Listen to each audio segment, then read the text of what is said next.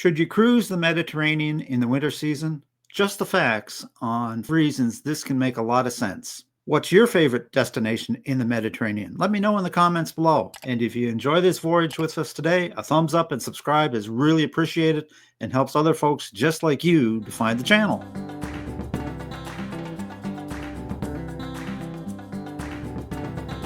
Hi, Larry. Welcome back to Just the Facts and RTE-Travel Talk. Hey, Ken, I'm glad to be back with you. It's great to have you with us, Larry.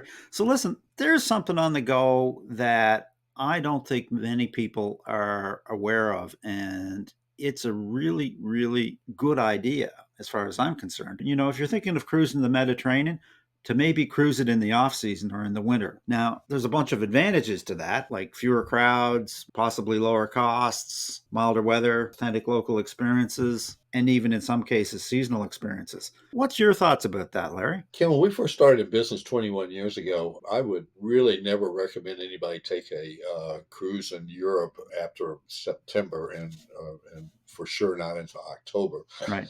And the cruise lines in those days were, and as your listeners might not be aware, but there's this big migration of cruise lines from Florida to Europe, which starts usually around April, and then they all come back to Florida, usually in the old days around Labor Day. Right. And now, as the 21 years have passed, the climate is changing, and we're getting milder winters. We're getting a fall season in Europe, which is more like an Indian summer in Canada and the United States, where Right. you're getting into like the upper mid 70s, nighttime lower 40s. So it's California style weather. And so the cruise lines now are staying later in Europe, and we have some that are now year round there, which was totally not happening back in the old days. Right. And now they're returning back to Florida in mid-November. So this is extending out our European season. This has been a great advantage to us to extend our season. And one of the big reasons I find in Europe is, and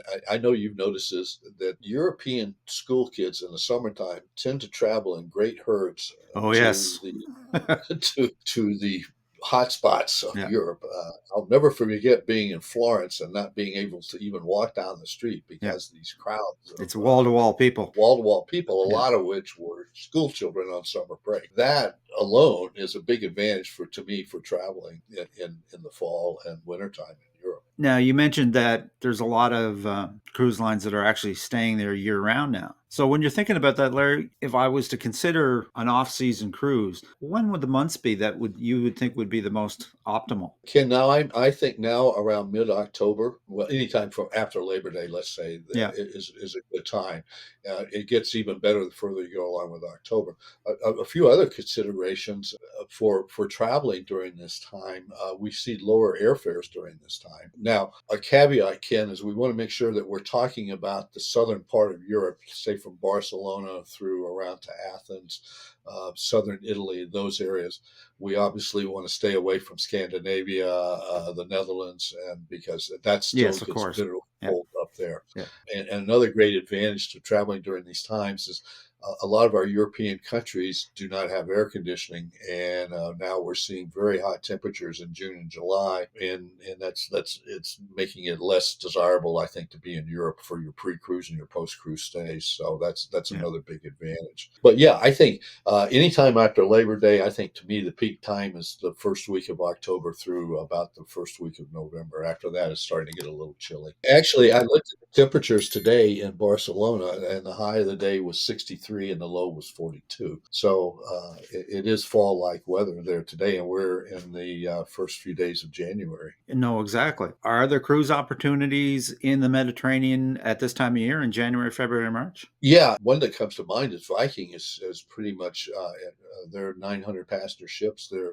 ocean ships are staying kind of a year-round attitude, and I think pretty much each cruise line is keeping one or two ships over there at least through November. So plenty of opportunities. Just consult with your travel advisor and find what works for your schedule. Obviously, if you have children, you're going to have to do the summertime, Yeah. but if you're retired and you don't have any time constraints, I think the fall is a great time to cruise. Also a great time for river cruising. Now we lose a lot of our river cruises in the November December timeframe because the rivers freeze over. But any time prior to that, I think is a wonderful time. Yeah. And it really makes a lot of sense for people in, for want of a better word, our age bracket, because I don't know about you, but I don't spend a lot of time on the beaches. So Yeah, if it's 70 degrees or 65 degrees, that's actually great weather for touring. I agree.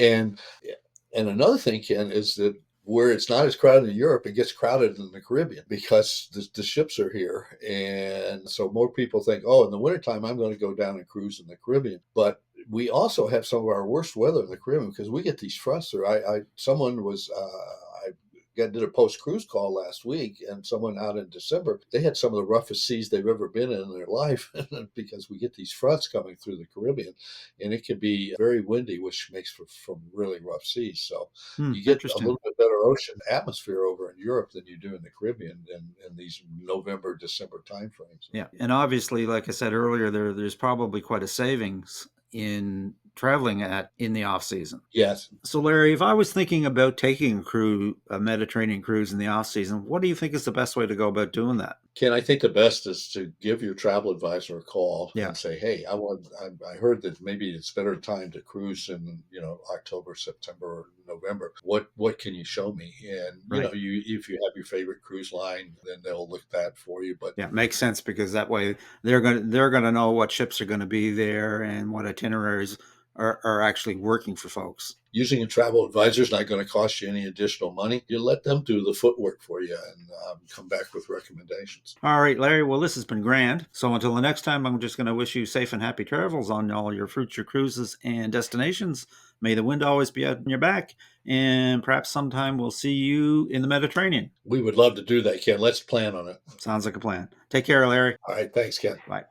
And that about wraps it up for today, folks. A very special thanks to my guest, Larry Jackson of Cruise Holidays of Viera. If you'd like to reach out to Larry about a winter Mediterranean cruise, I will leave his contact information in the description. If you'd like to reach out to us with a suggestion for a future video or an interview, you can send a question to questions@realtravelexperts.com, visit our website, realtravelexperts.com, or simply leave a comment. We always respond. And as always, folks, if you enjoyed this content, a like, subscribe, share, and a ring of the bell is certainly appreciated and helps other folks just like you to find our content. So until next time, happy travels.